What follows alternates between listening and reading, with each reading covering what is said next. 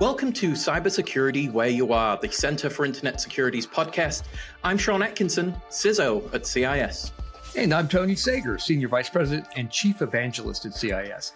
Cybersecurity affects us all, whether we're online at home, managing a company, supporting clients, or running a state or local government. So join us on Wednesdays as we discuss trends and threats, explore security best practices, and interview experts in the industry. Together, we'll clarify these issues, creating confidence in the connected world.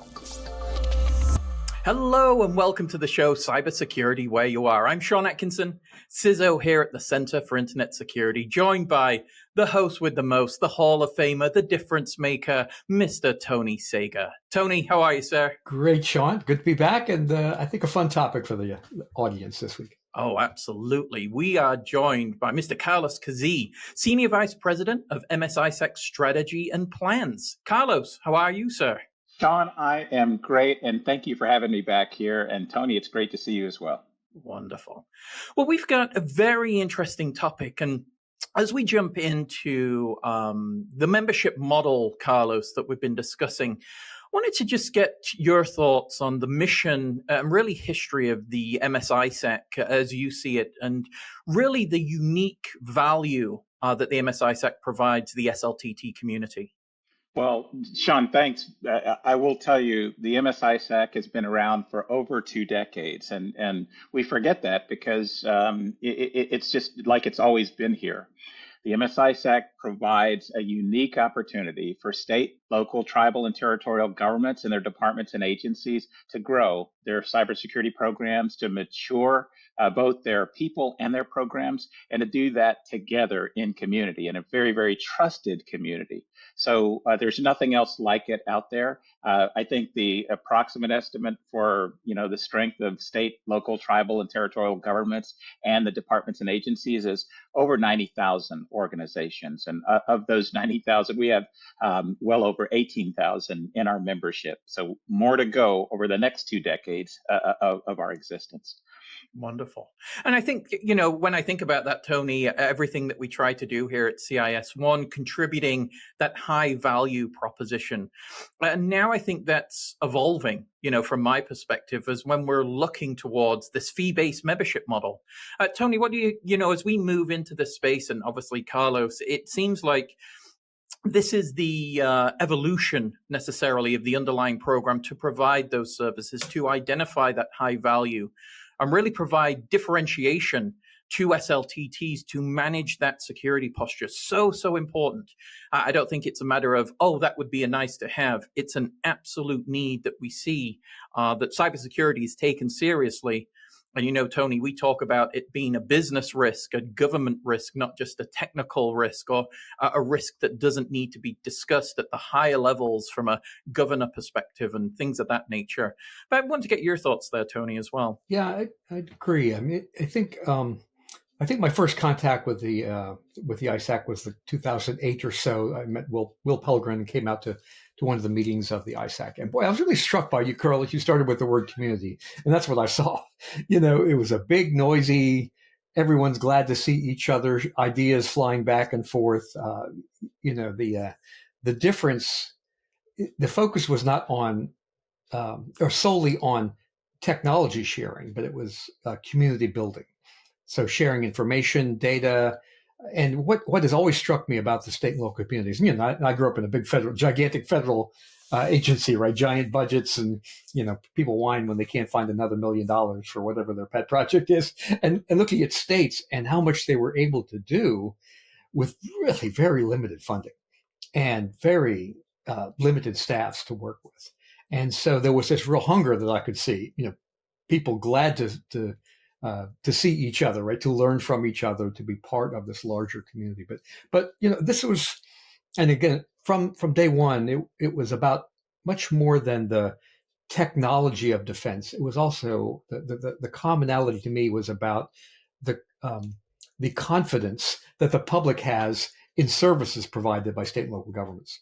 So you have to kind of get the technology right. You have to protect yourself, but you also have to be able to convince the community at large, right, the population, that services will be there. They can trust the availability of services, have confidence in what's going to happen. So I think that's right. There is something fundamental and really core to our lives as citizens about the role of state and local government. So yeah, all the ISACs matter. Every sector is critical in some way, shape, or form. But all of us touch governments, and governments touch us.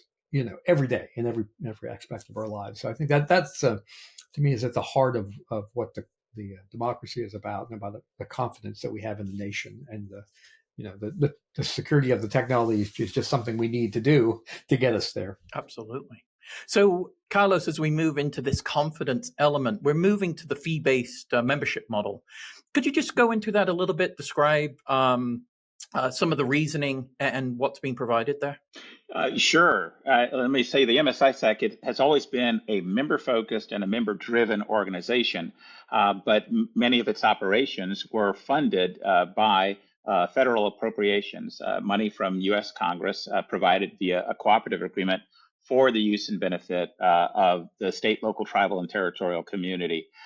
In March of 2025, the federal government decided to cancel some of those funds, a significant portion of the tasks funded under the cooperative agreement. With that cancellation, and no notice to that cancellation, it created an environment where the services and support to state, local, tribal, and territorial governments through the MS-ISAC, many of them would have to stop overnight. That would create a significant vulnerability and opportunity for threat actors, who are already targeting those organizations. So the Center for Internet Security decided to, at its expense as a nonprofit organization, to extend those services for a short term of time to allow for the creation of alternative funding model for the MS-ISAC to ensure those services would be able to continue.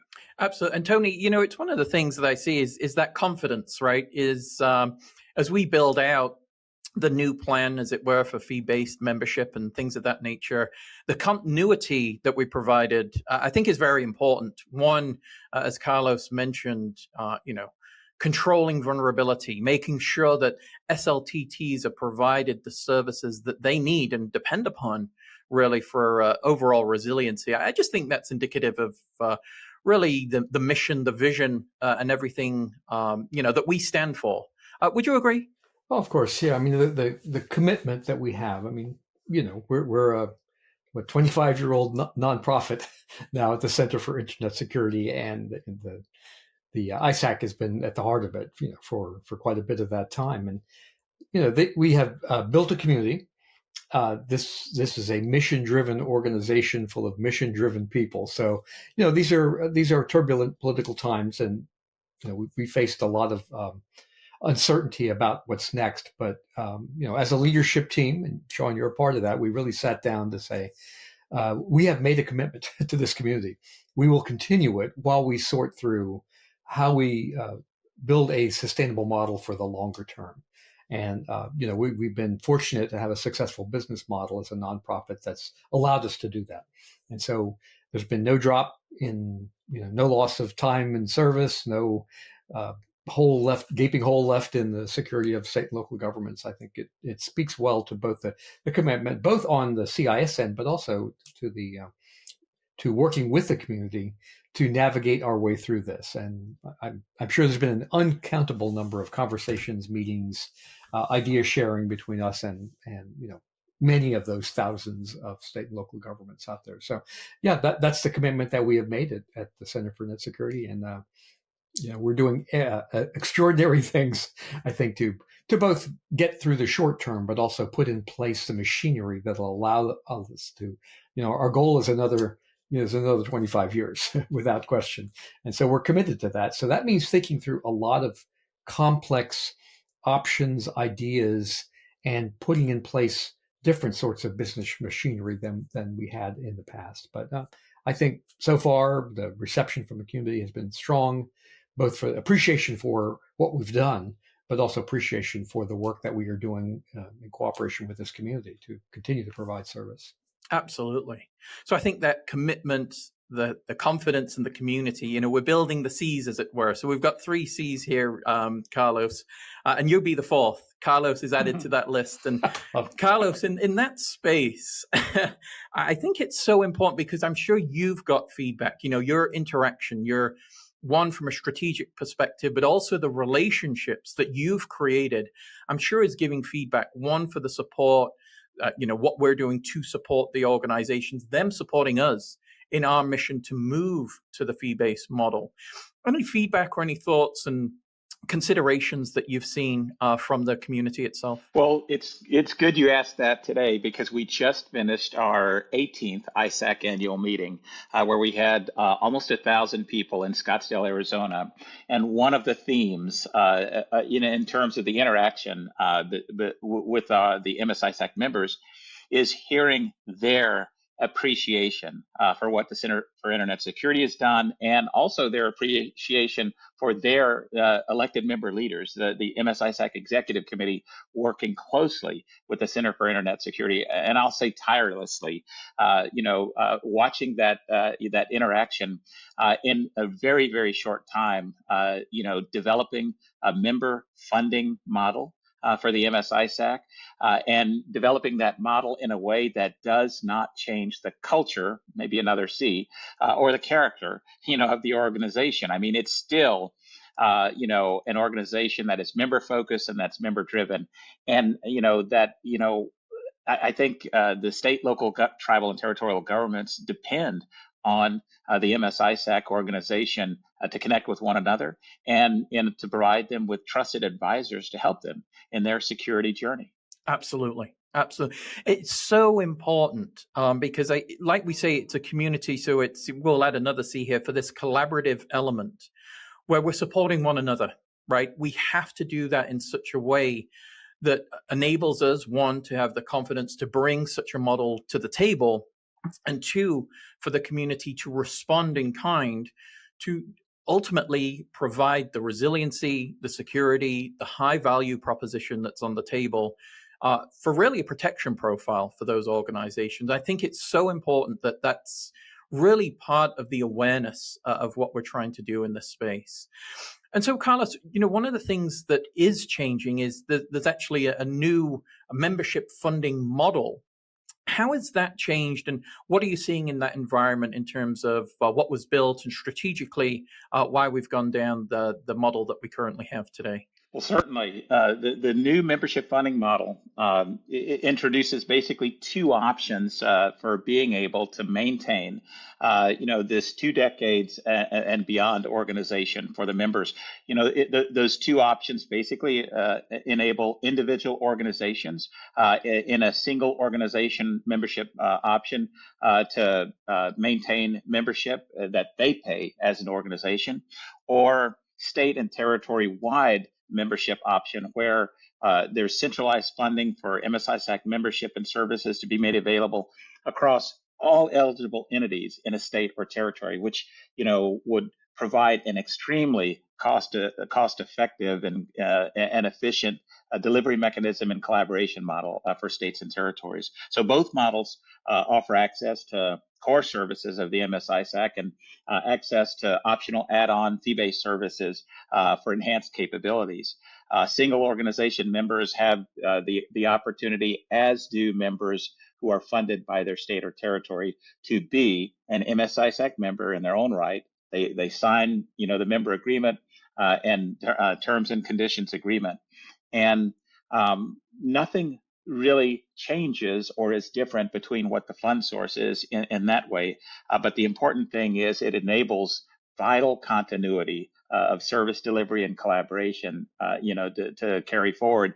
And it also preserves that character and culture of the organization that's been in place for over 2 decades. Absolutely. We're going to take a quick break and we'll be right back.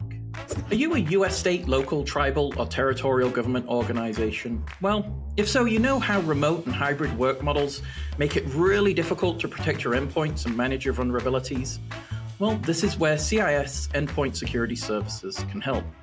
Now available exclusively to US SLTTs like yours, CIS ESS deploys directly on endpoint devices to help you identify, detect, respond to, and remediate endpoint security incidents and alerts. Now, it works in partnership with our 24/7/365 CIS Security Operations Center, which analyzes threat detections and notifies you of actionable endpoint security incidents, all within 5 minutes.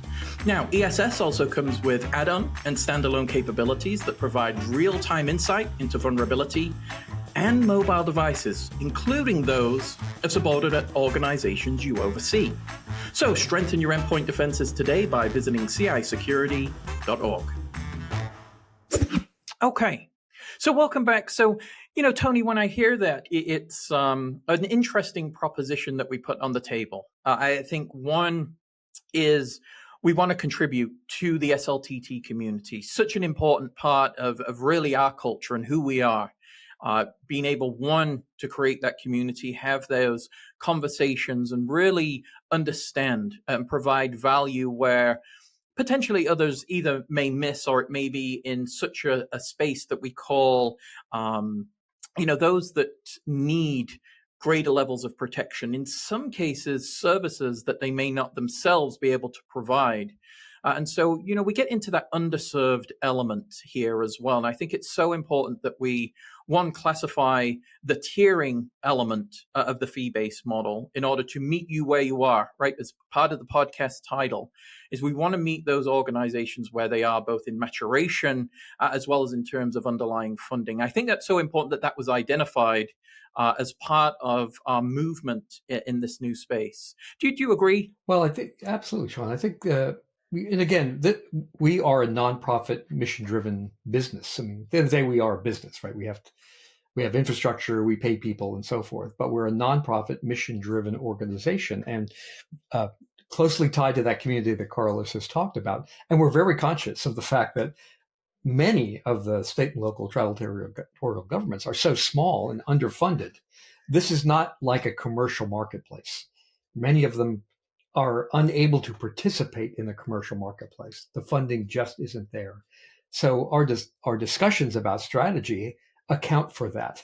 That is, we have to be able to provide service, even if it doesn't sort of financially make sense, right, in a commercial business sense. And so we have to provide a range of services in a way that allows those, and our tagline inside discussions is around serving the cyber-underserved. By that, we mean those that are not well served by the commercial marketplace. And so we're able to balance a range of services to make sure that even those who couldn't participate in a standard commercial sense are able to get value and get defense. And so I think that's just part and parcel, that's inherent in all of our discussions, to make sure that we account for that. And that says also, but to Carlos's point, what has surprised me, and again, I grew up in a big government agency, but when you look at the scales, tens of thousands of members or 90,000 total entities out there, and you look at the work that we do, this is not just because I work at CIS, but I mean, the work that we do is actually incredibly cost effective. And so, you're talking about a lot of organizations there, and in the grand scheme of things, really not that much money. And so that allows us to provide service in a way that is incredibly cost effective as compared to working through the commercial marketplace. And the marketplace, these are our friends and partners too at CIS. So we're able to take work that is available in the commercial marketplace, but fine tune it for the environment that we're so familiar with and that we are responsible for. So I think that allows us to think about this holistically. That is, we're not just going after, those that can pay or the sort of easy customers, but making sure that we craft a business model that allows us to serve all those, whether they can afford it or not, bottom line. And I think that is, again, the role that a nonprofit can play that's so unique here. We allow, some things we build, lots of things we arrange through the marketplace for those who could not do so directly. Absolutely. Again, being the advocate in a lot of cases for those that may not have a voice in that space is absolutely huge. Now, Carlos, it leads us to a question, because obviously once this podcast is released, we're going to have a plethora of signups for this, the model itself. But who's eligible for the MS-ISAC membership? Any United States state, local, tribal, or territorial government entity, their departments, their agencies. So think about public education, higher education, kindergarten through 12th grade, utilities in a city or county or state, healthcare, public sector healthcare organizations, and so on. All are currently, many of those are, of course, comprise a large part of our membership organization, but any of those entities across the United States, state, local, tribal, and territorial governments are eligible for membership. Now, imagine the impact of a state or a territory making all of their eligible entities able to participate in the MS-ISAC by paying a single fee. We're really, really excited to offer that state territory-wide membership option that I mentioned within the new funding model options, and we think it's very, very cost effective and an efficient model for cybersecurity service delivery and for collaboration. But also the single organization model enables an organization to participate, and there's no difference between how they participate. And one of the key things that we're wanting to communicate to organizations now is sign up for MS-ISAC membership. Don't wait to figure out whether your state or territory is going to be able to do that or will be inclined to do that. Sign up for membership. If thereafter a state or territory signs up to provide that membership, we will make the individual applicant whole again. So there's really no excuse for an entity or organization to not sign up as soon as possible. Absolutely.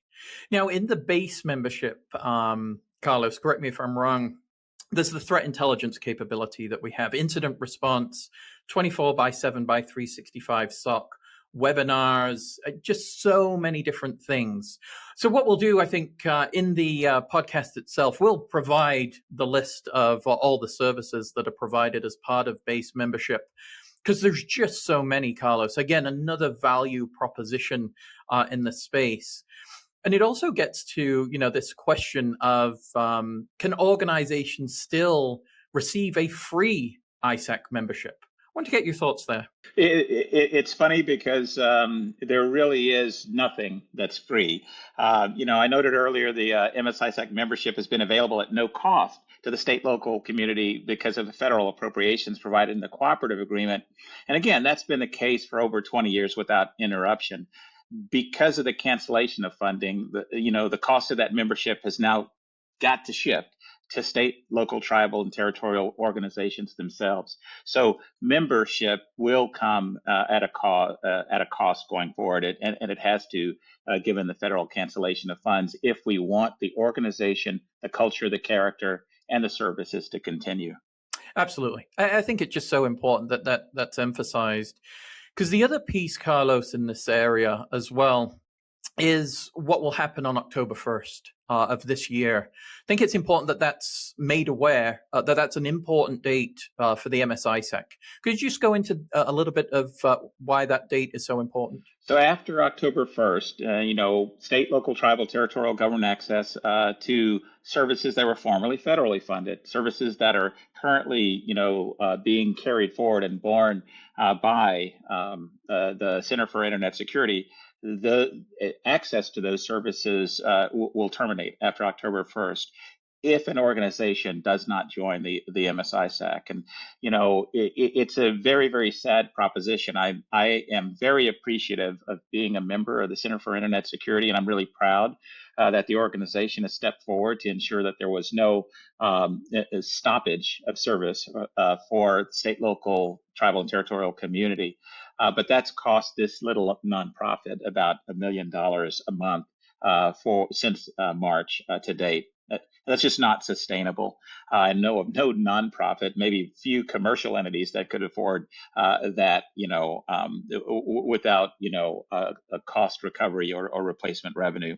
So after October 1st, we don't want to see organizations reduce their security posture. We don't want to see them roll back in their resilience or, not taking advantage of the opportunity to collaborate on security best practices with their peers. So we really are encouraging organizations to, be mindful of the opportunity to continue their participation in the MS-ISAC.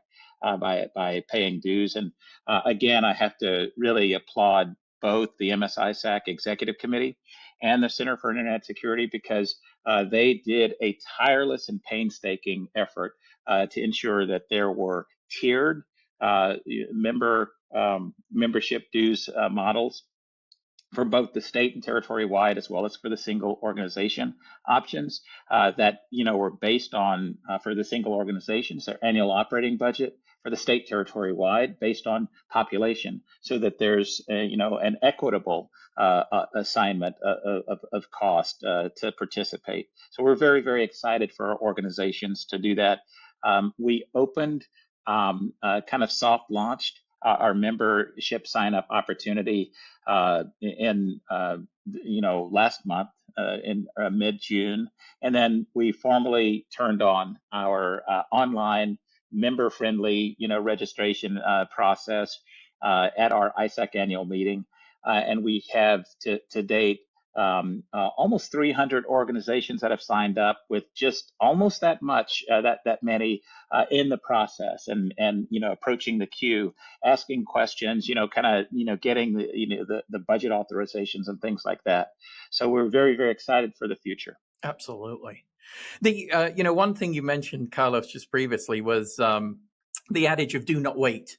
Do not wait for reaction from others so you can take action. Tony, I can reflect on that in terms of, I've been in situations, obviously this position and others where, hindsight is so great. I should have done that earlier, right? I should have acted on this element earlier, or invested in a certain capability, and it would have prevented these types of elements.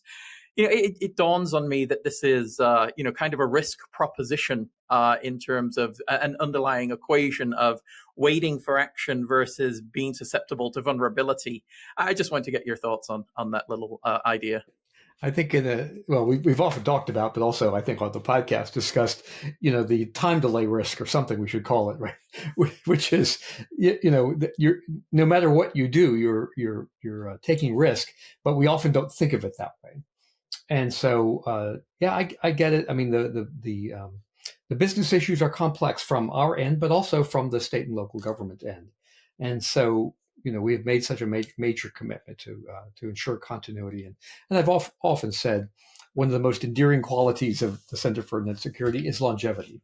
Right? We have made it through changes of administration, rapid advances in technology, dramatic differences in attacker tradecraft, and been doing it for 2.5 decades, and have starting with a single employee and a handful of folks scattered around the country to the machine that we are today. So we'll figure this out, and I think we're very again committed to the mission, and I think that the participation, the feedback so far has been really positive. So I think there's every reason for optimism here. But for us, that I don't. I'll share some of the inside discussions that Sean and I are part of with the leadership team. I used a little graphic. I don't know if you looked at that one, Sean. Our mission model is greater than our business model, which is greater than our funding model. In other words, it starts from the mission. We are so committed to that. But to execute it, we still have to run a business. But what's really changed underneath is the funding, the way that we fund it. And we have to address that, right?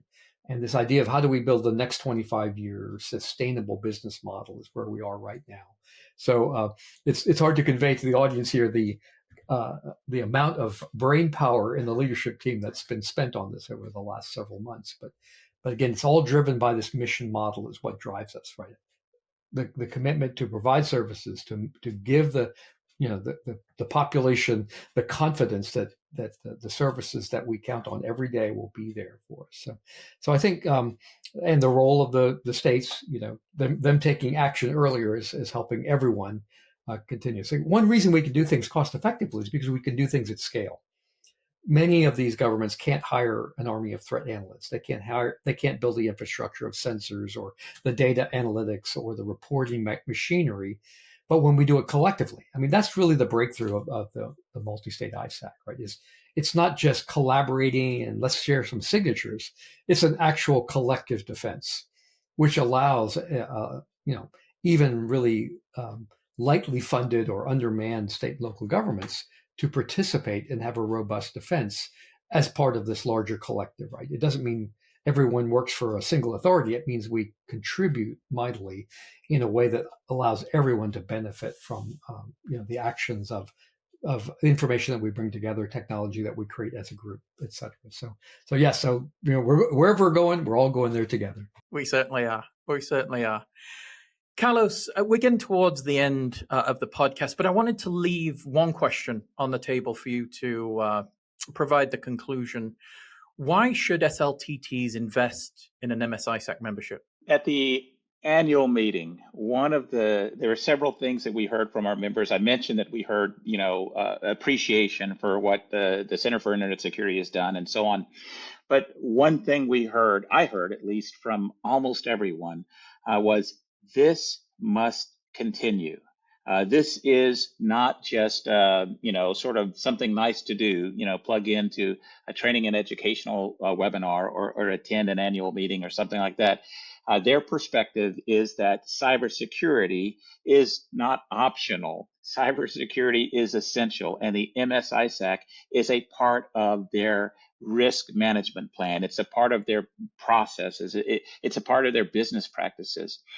They recognize that cyber threat activity is increasing, and the complexity and sophistication of that threat activity, especially targeting state, local, tribal, and territorial governments, who may not have the capability or capacity that others might in the commercial market, compared to the range of data and information, citizen information, government information, all sorts of sensitive information. Think of what is in the hands of your school system about your finances or about you or your children's health, things like that. So state, local, tribal, and territorial governments' budgets are shrinking, but the MS-ISAC, many of them recognize, is a part of their organization. It's not just a service. It's really an essential safeguard. So I would say investment in the MS-ISAC is investment in your organization's security maturity. It is essential. Carlos, again, thank you for your leadership, the guiding light in the space. Great work. Again, thank you so much for being on the podcast. Tony, my partner in podcast, thank you. Always a pleasure, Sean. And our audience, thank you so much. Again, make sure to subscribe to us in all the usual ways. Catch us on YouTube at The CI Security. With that, we'll talk to you soon. Thank you for listening to the podcast today. The thoughts and opinions expressed by our podcast guests are solely theirs and do not necessarily reflect those of CIS. Tune in on Wednesdays for a new episode. And in the meantime, visit our website at CIsecurity.org. Together, we'll continue our efforts of creating confidence in the connected world.